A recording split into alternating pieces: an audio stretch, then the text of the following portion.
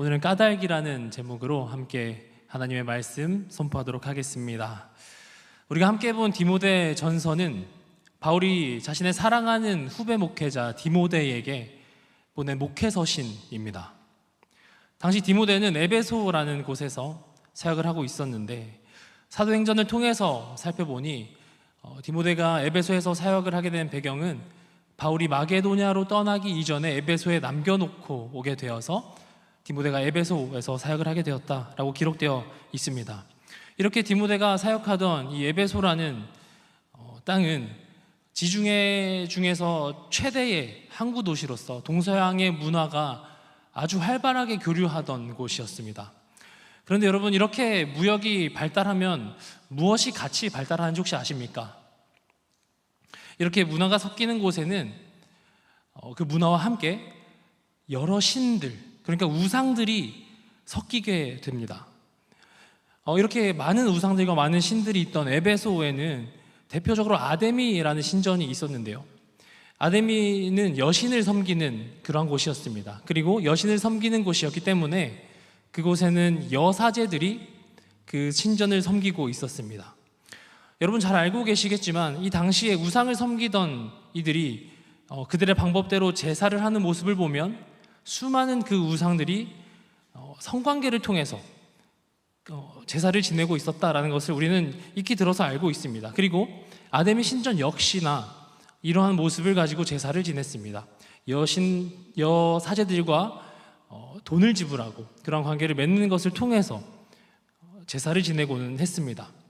그런데 이것이 단순히 그렇게 제사를 지냈구나 정도가 아니라 얼마나 큰 문제이냐 하면, 단순히 신을 섬긴다라는 것뿐만이 아니라 이 에베소라는 땅에 살고 있는 이들에게는 너무나 당연한 생활 양식이었다는 것이 너무나 큰 문제였습니다. 예를 들면 이런 것이죠. 여러분 혹시 국밥 좋아하십니까? 국밥 좋아하십니까? 제가 오늘 저녁에 국밥을 먹었는데요, 예를 들어서 여러분 저녁에 옆에 이제 푸주옥이 있지 않습니까? 오늘 저녁에 푸주옥에서 여러분들이 식사를 하고 계셨는데, 만약에 내가 아는 지인을 만났다라고 우리 가정을 한번 해볼까요? 나의 아버지나 어머니나 아들이나 그 누구를 만났다라고 했을 때, 여러분 그 여기에 계신 그 누구도 누구를 만났다, 그 푸주옥에서 누군가를 만났다고 해서 도망가거나 부끄러워하지 않을 것입니다. 그렇지 않습니까?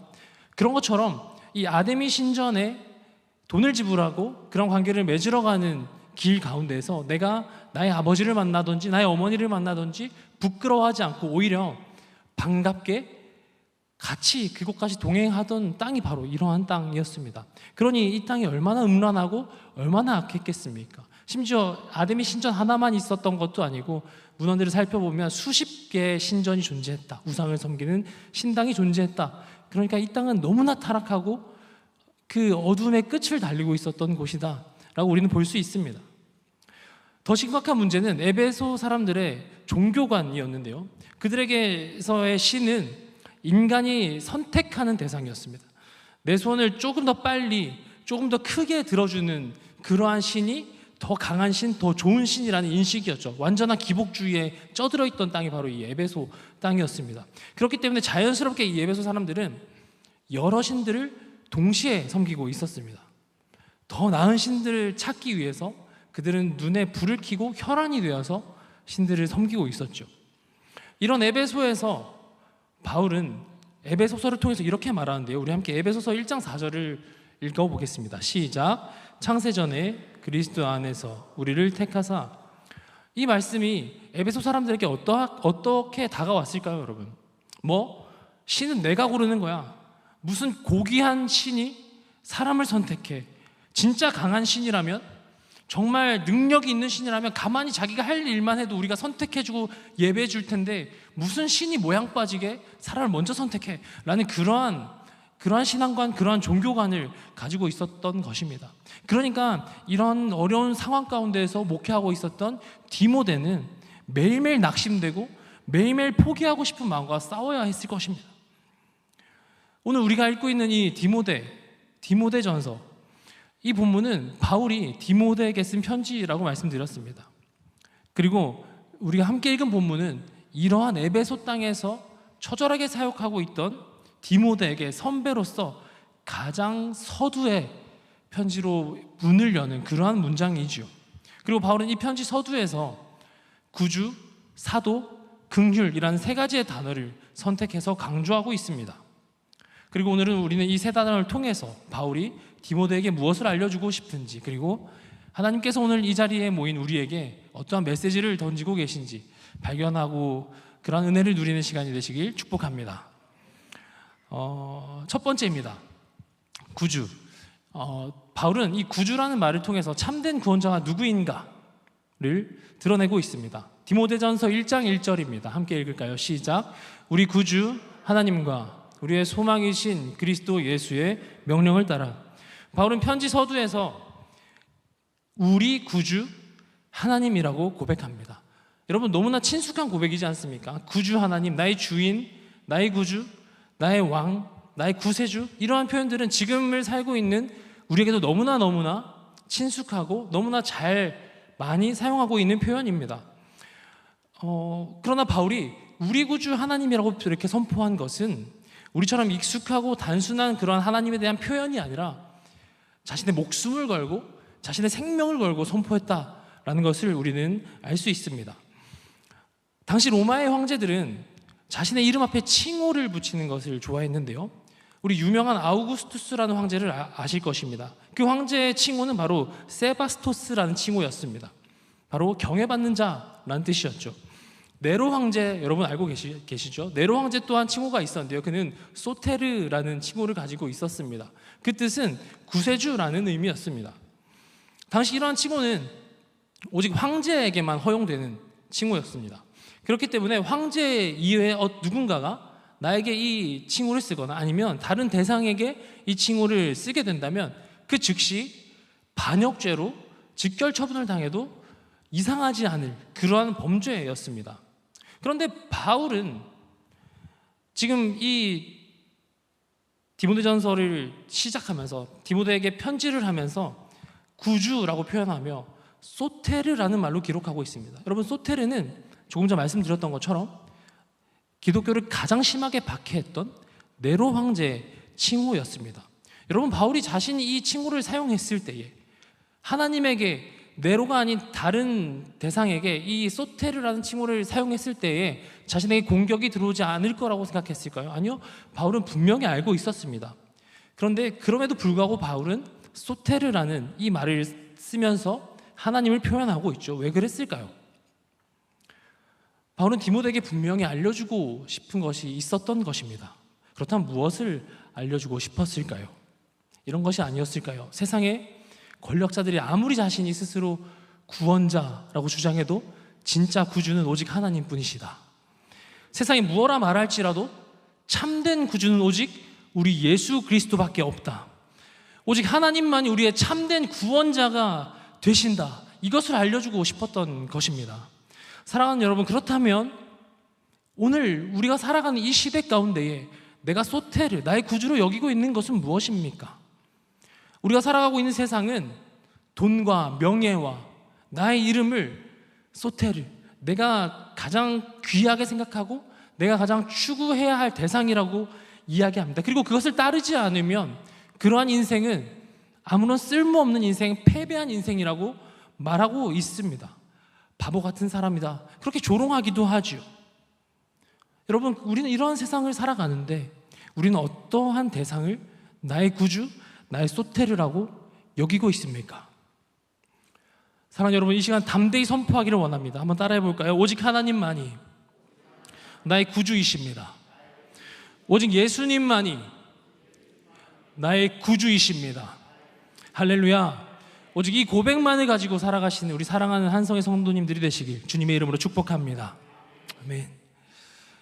사도 바울 외에도 예수님의 제자들과 예수님을 만났던 이들은 이렇게 예수님을 고백합니다. 길이요 진리요 생명이신 예수님, 주님, 진리의 말씀이 주께 있사오니 우리가 어디로 가겠습니까? 라는 표현들로 말이지요. 이것은 단순한 예수님에 대한 고백이 아니라 예수님을 만난 자들은 이러한 고백을 할 수밖에 없음을 성경이 드러내고 있는 것입니다. 사랑하는 여러분, 다시 한번 말씀드립니다. 우리의 구주는 오직 예수님밖에 없습니다. 이 고백이 우리의 인생을 끌고 가는 가장 큰 힘이며 능력이며 은혜가 되시길 주님의 이름으로 축복합니다. 두 번째입니다. 두 번째, 바울은 사도라는 단어를 통해서 보냄받은 자의 권리를 이야기하고 있습니다. 우리 디모데전서 1장 1절의 하반절을 함께 보겠습니다. 시작.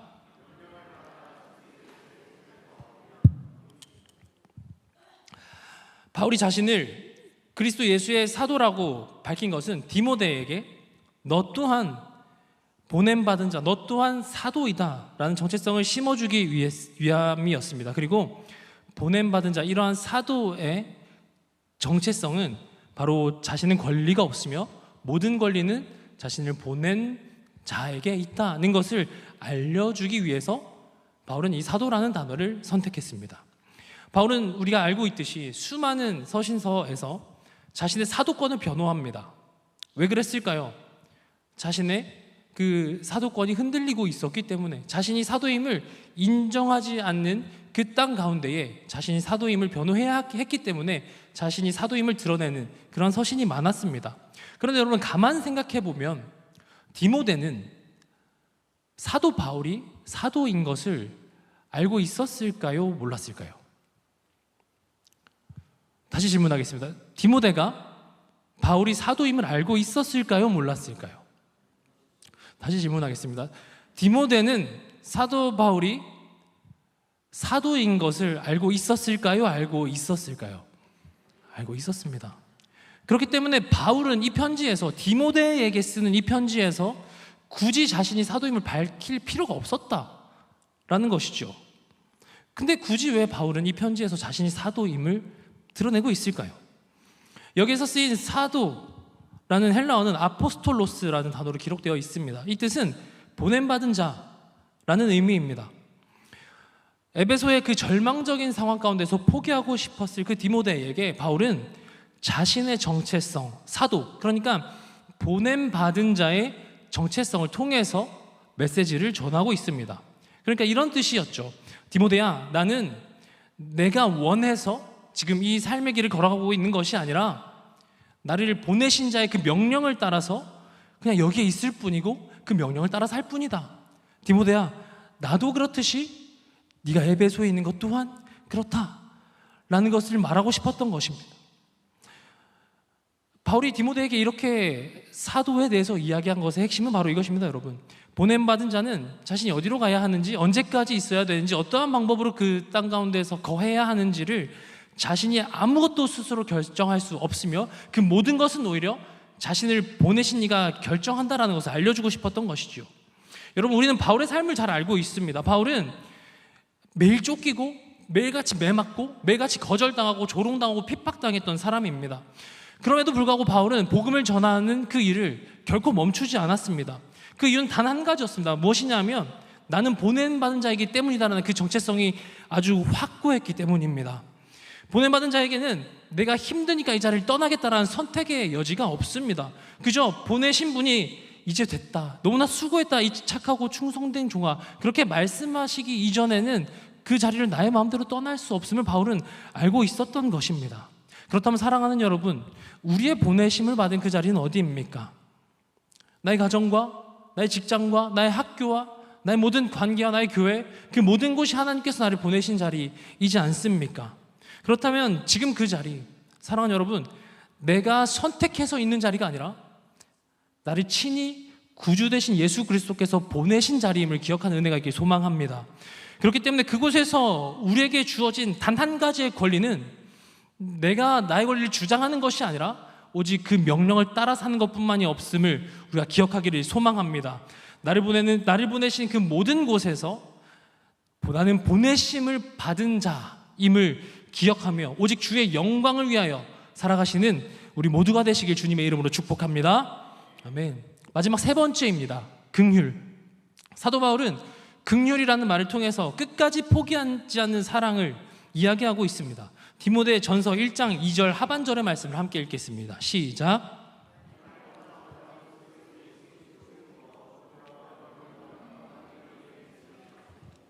아멘. 바울은 여러 서신서에서 은혜와 평강을 기원합니다. 그런데 이 긍휼이라는 말은 목회 서신에서만 굳이 사용하고 있습니다. 왜냐하면 목회에는 반드시 긍휼이 필요하기 때문입니다. 그렇다면 긍휼이 무엇일까요, 여러분? 우리는 긍휼이라는 말을 들으면 불쌍히 여김이라는 의미로 많이 생각하곤 합니다. 그런데 이것은 조금 약한 의미의 해석인 것 같습니다. 그래서 알아보니까 긍휼의 히브리어를 찾아봤습니다. 히브리어는 라함이라는 그 말인데, 이 라함이라는 말은 레헴이라는 어머니의 태를 의미하는 그 단어에서부터 파생되어 나온 말입니다. 그러니까 긍휼은 어머니의 태라는 그 의미를 포함하고 있는 것이죠. 어머니가 태 속의 아이를 품듯이 아무 조건 없이 그 존재 자체만으로 품고 사랑하는 것이 바로 이 긍휼의 단어 속에 포함되어 있다는 것입니다.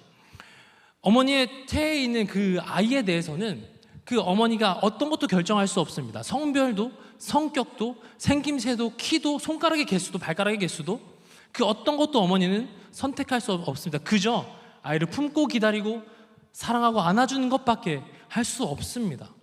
이것이 바로 긍휼의 의미이지요. 바울은 이 긍휼의 의미를 이 편지를 통해서 디모데에게 전하고 있는 것입니다. 제가 묵상을 하면서 이 긍휼의 두 가지 의미를 한번 살펴봤는데 함께 나누려고 합니다. 이 긍휼의 첫 번째는 무엇이냐면 하나님께서 목회 현장에 두시는 긍휼입니다. 디모데가 목회하는 그 에베소는 쉽게 변화되지 않는 곳이었습니다. 아데미 신전의 그 기괴한 문화와 기복적인 종교관과 수많은 이단들과 또 아무리 말씀을 전해도 흔들리는 그러한 생활 양식을 가졌던 그러한 성도들이 있었기 때문에 너무나 힘들고 어려운 곳이었습니다.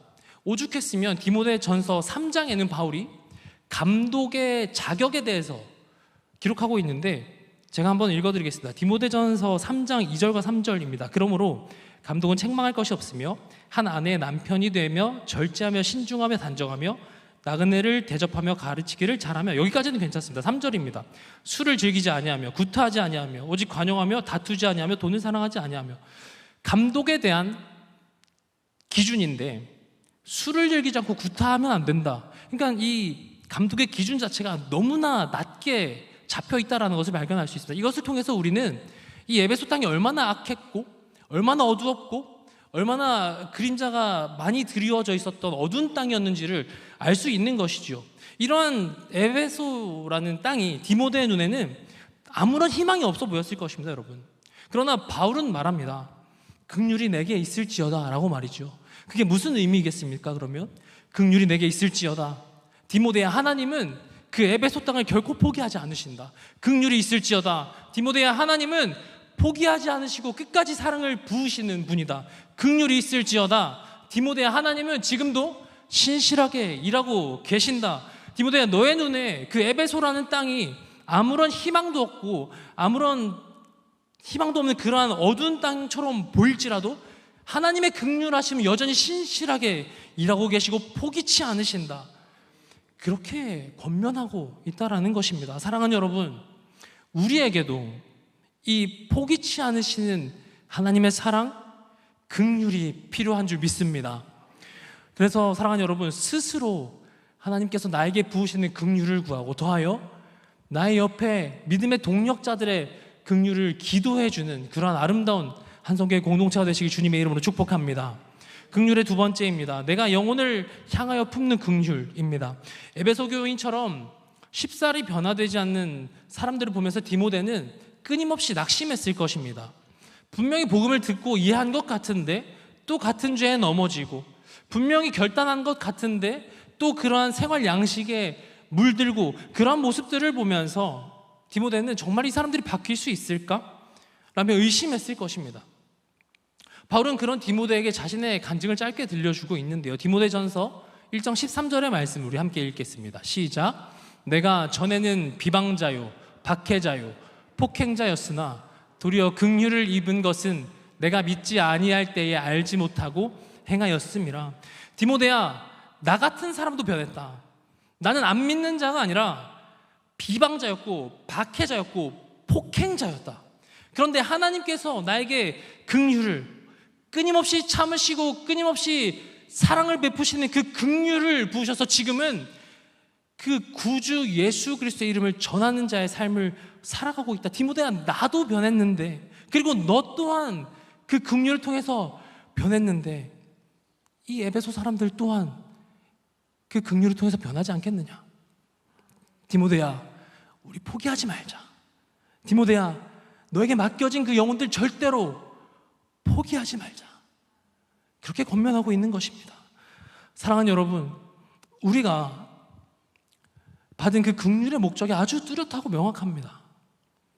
하나님이 우리의 사역 현장을, 우리의 삶의 현장을 절대로 포기하지 않으시는 것처럼 우리 또한 잃어버린 영혼들에게 끝까지 포기하지 않는 그 긍휼의 사랑을 흘려보내는 것이 유일한 목적인 줄 믿습니다.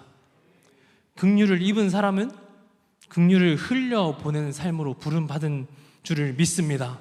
사랑하는 여러분, 긍휼을 입은 자로서 긍휼을 흘려보내는 자로 살아가시길 주님의 이름으로 축복합니다. 아멘. 말씀을 정리해 보려고 합니다. 오늘 세 가지의 단어를 통해서 함께 말씀을 나누었습니다. 첫 번째, 구주입니다. 디모데야, 에베소의 수많은 신들 사이에서도 진짜 구원자는 오직 우리 주 하나님밖에 없다. 그러니 흔들리지 말아라. 두 번째, 사도. 디모데야, 너는 우연히 에베소에 있는 것이 아니라 분명히 너를 보내신 이가 있으며 너의 유일한 권리는 그 보내신 이의 명령을 따르는 것밖에 없다. 세 번째, 긍휼. 디모데야, 하나님은 결코 그 땅을 포기하지 않으신다. 그러니 너도 그 영혼들을 포기하지 않길 부탁한다. 사도 바울은 이 모든 것을 하나의 문장으로 정리합니다. 디모데전서 1장 16절입니다. 우리 함께 읽어볼까요? 시작. 그러나 내가 긍휼을 입은 까닭은 예수 그리스도께서 내게 먼저 일체 오래 참으심을 보이사 후에 주를 믿어 영생 얻는 자들에게 본이 되게 하려 하심이라. 아멘. 말씀을 계속 띄어나와 주시길 부탁드립니다. 사랑하는 여러분, 여기엔 내가에 나의 이름을 넣으면 어떻게 될까요? 한번 속으로 읽어보시겠습니까? 하나님이 우리를 구원하시고 예수 그리스도께서 친히 살을 찢으시는 순종을 하시며 우리에게 사랑을 드러내시고 우리가 놀라운 긍휼을 베푸신 그 까닭은 바로 후에 주를 믿어 영생 얻는 자들에게 본이 되게 하려 하심인 줄 믿습니다. 무슨 말입니까? 나를 통하여 복음이 온전히 흘러가고 나를 통하여 하나님의 이름이 온전히 드러나는 것인 줄 믿습니다. 사랑하는 여러분, 하나님만이 우리의 구주이십니다. 사랑하는 여러분, 하나님이, 나의 구주이신 하나님이 나를 보내셨습니다. 그리고 그 하나님이 우리에게 긍휼을 베푸십니다. 그 까닭은 바로 오직 주의 이름, 오직 주의 영광, 오직 하나님의 나라만을 위함인 줄을 믿습니다. 사랑하는 여러분, 주께서 맡기신 그 사명을 위하여 달려가는 저와 여러분들이 되시길 주님의 이름으로 축복합니다. 마지막으로 특별히 진행되는 이 행축의 기간, 오늘 나눈 이 은혜를 기억하며 우리가 우리의 입술을 통해서 하나님만이 구주이심을 전하고 보냄 받은 자로서 끝까지 한 영혼 한 영혼을 포기치 않고 그 긍휼을 구하고 베푸시는 우리 행복한 한성교회 모든 성도님들이 되시길 주님의 이름으로 축복합니다. 아멘.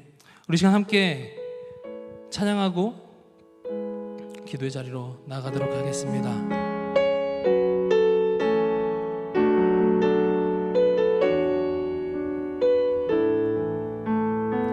이 땅의 내 삶이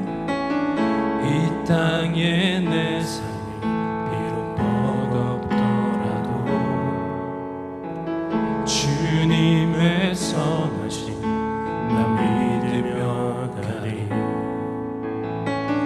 이 작은 자통에 주가 이뤄가시니 감사로 사는 삶 나 살기 원하네. 내 삶의 시간 속에 주 일하시네.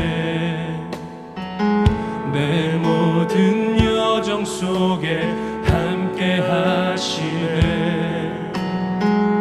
기쁘도 위대하신 주의 영광을 나 보리라. 위대하신 주 나는 주님께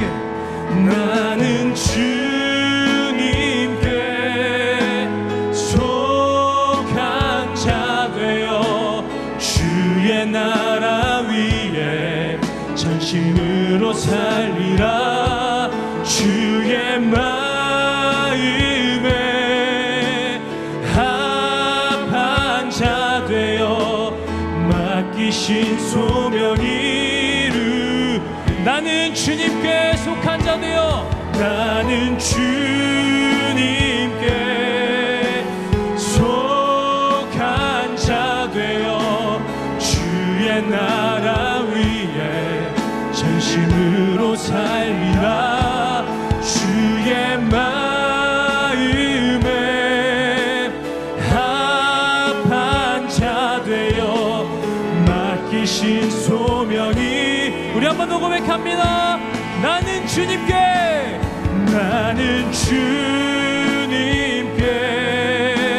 속한 자 되어 주의 나라 위에 전심으로 살리라.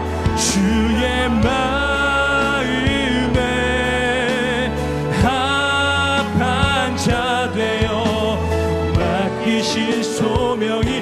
믿음으로 고백합니다. 표대를 향하여 그리스도 예수 안에서 믿음의 상을 위하여 달려가노라.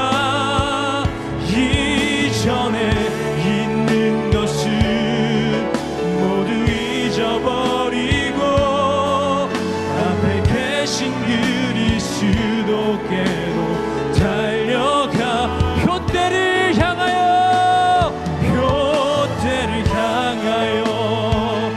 그리스도 예수 안에서 부름의 상을 위하여 달려가노라. 이전에 있는 것은 모두 잊어버리고 앞에 계신 그리스도. 우리 마지막으로 한 번 더 믿음으로 고백합니다. 표대를 향하여 그리스도 예수 안에서 부름의 상을 위하여 달려가노라. 이전에 있는 것은 모두 잊어버리고 앞에 계신 그리스도께로 달려가노라. 성경은 우리에게 이렇게 말합니다. 우리의 구원자는 오직 예수 그리스도밖에 없다. 우리를 부르신 이는 예수 그리스도이시다. 우리를 끝없이 사랑하고 품으신 분이 바로 우리 구주 예수 그리스도이시다. 우리가 이 세상을 그리스도인의 이름을 가지고 사는 그 까닭이, 우리가 그리스도 예수의 이름을 전하며 사는 그 까닭이, 우리가 비방과 박해를 당할지라도 예수의 이름을 위하여 사는 그 까닭은 주께서 나를 구원하셨기 때문인지를 믿습니다. 사랑하는 여러분, 우리에게 오늘 사도 바울의 이 고백과 디모데를 향한 이 권면이 주님께서 우리에게 주시는 말씀임을 기억하며 기도하기를 원합니다. 사랑하는 아들아, 사랑하는 내 딸아, 내가 너의 구원자이다. 내가 너를 불렀고 내가 너를 통해 나의 긍휼을 흘려보내기를 원한다. 나와 함께 가자 말씀하시는 주님께 순종하며 나아가기를 소망합니다. 함께 기도하실 때에 주님, 오직 예수 그리스도만이 나의 구주임을 고백하게 하여 주시옵소서. 보냄받은 자로서 구주를 전하며 사랑하게 하여 주시옵소서. 나에게 끝없는 사랑을 베푸신 그 예수를 따라 이 땅 가운데에 그리스도의 그 사랑과 긍휼을 흘려보내는 도구로 사용하여 주시옵소서라고 이 시간 주님의 이름 간절히 부르짖고 기도하며 나아가시겠습니다. 주여, 주여.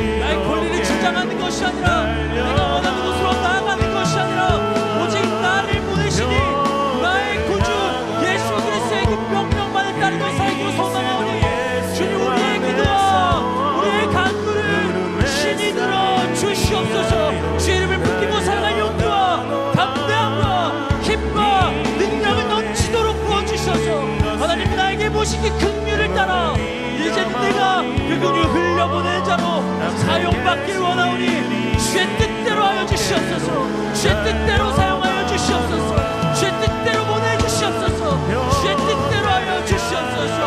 아멘.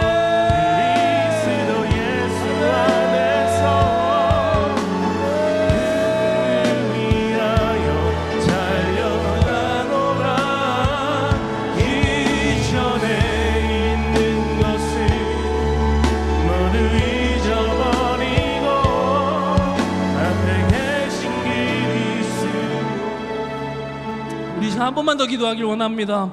우리 이 시간 행축을 위해서 함께 기도할까요? 행축을 위해서 기도하실 때 주님, 우리의 그 모든 사역 가운데 긍휼을 더하여 주시옵소서. 주님, 우리가 품은 그 태신자들의 마음을 이 시간 열어주시옵소서. 하나님, 어떠한 상황 가운데 놓여 있을지라도 태신자들이 돌같이 딱딱하게 굳어있는 것처럼 보일지라도 에베소 땅처럼 변화가 되지 않는 것처럼 낙심하고 좌절되는 그 순간 가운데 있을지라도 낙심하지 아니하고 나 같은 존재도 사랑하신 주님을 기억하며 끊임없이 잃어버린 영혼들을 품을 수 있는 지혜와 힘과 능력을 더하여 주시옵소서. 주께서 허락하신 한성 공동체가 서로 하나가 되어 표대를 향하여 달려나갈 수 있도록 은혜와 긍휼과 평강을 허락하여 주시옵소서. 주님 찾고 기도합니다. 주여, 주여, 주여. 표대를 향하여 그리스도 예수 안에서 주께서 내가 택하신 하나님 잃어버린 영혼들에게 무한한 끝없는 사랑을 베풀어 우리에게 허락하신 하나님 행주를 들고 주께 기도하며 나아갑니다. 하나님, 우리가 본 태신자들과 하나님 어두운 땅과 그 잃어버린 영혼들을 우리의 눈으로 바라보았을 때는 너무나 절망적이고 너무나 낙심됩니다. 돌같이 딱딱하게 굳어있는 그들을 바라볼 때에 정말 이들이 돌아올 수는 있을까? 정말 이들이 변화될 수 있을까? 하나님 일하고 계시니까 의심하고 하나님 끊임없이 내가 무너지고 넘어질 때가 많습니다. 그러나 하나님, 나의 구주 예수 그리스도께서 나 같은 존재도 변화시키실 줄을 믿습니다. 하나님, 그 긍휼의 은혜가 내게 있사오니 나를 통하여 주님 긍휼을 흘려보내 주시옵소서. 나를 통하여 예수 그리스도의 생명을 흘러가길 원합니다. 주께서 나를 통하여 친히 일하시고 역사하여 주시옵소서. 이 시간 내 입술과 내 고백하는 그 수많은 대신자들, 주님 마음을 열어주시고 그들을 만나주시고 그들을 찾아가 주셔서 하나님, 그 잃어버린 영혼들이 예수 그리스도의 복음이 필요한 자들이 하나님 주님에게 말씀에 귀를 기울이고 이 복음에 반응할 수 있도록 주님 은혜를 더하여 주시옵소서. 하나님, 끊임없이 우리가 낙심하지 않고 달려나가게 하시고 나 혼자뿐만 아니라 주께서 허락하신 이 귀한 행복한 한성 공동체가 그 사명을 함께 붙들고 예수 그리스도께서 우리에게 보여주시는 그 표대를 향하여 온전히 달려나가기를 소망하오니 우리를 주의 뜻대로 사용하시고 하나님, 주의 그 많은 일들을 수많은 역사를 주의 뜻대로 이루어 주시옵소서. 아멘.